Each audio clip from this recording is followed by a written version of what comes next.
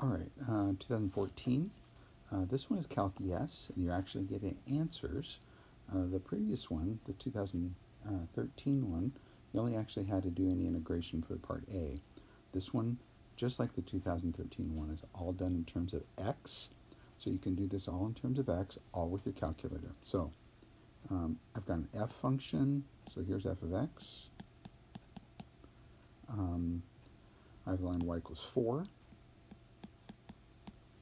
Now, this one starts out crazy hard, so it says rotate around the horizontal line y equals 2, y equals negative 2. So here's y equals negative 2. That's beautifully written. So rotate around like y equals 2. Remember, you start at the axis of rotation and draw directly up to the outside function. Call that capital R. Start at the axis of rotation, move directly up to the inside function, call that small r. Remember, we're doing volume of solids rotated, so you need to figure out what that radius is, and the radius is always the top minus bottom, so it's top minus bottom. Top minus bottom. So that's how you start part A. Part B, same thing as the 2013 one. Base of a solid, and now we've got isosceles right triangles. So I'm going to draw a line between the two.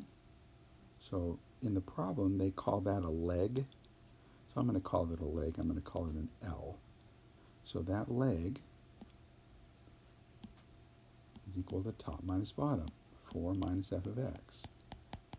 And then you put that into the equation for the area of an isosceles right triangle, which is 1/2 times the length of the leg squared.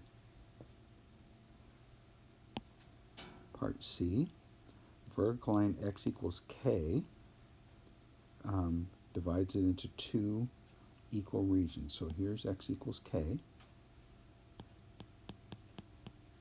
It says write but do not solve. So now we're going to figure out a way to write an equation so that you can divide this area into two parts.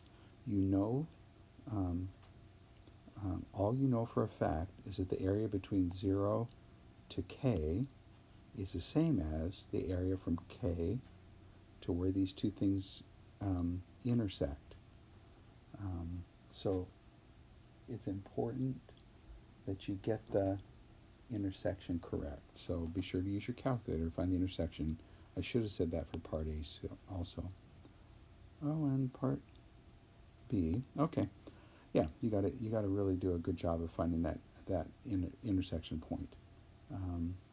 So you do know that the area between 0 to k is the same as the area from k to this intersection point. All right, hope that helps.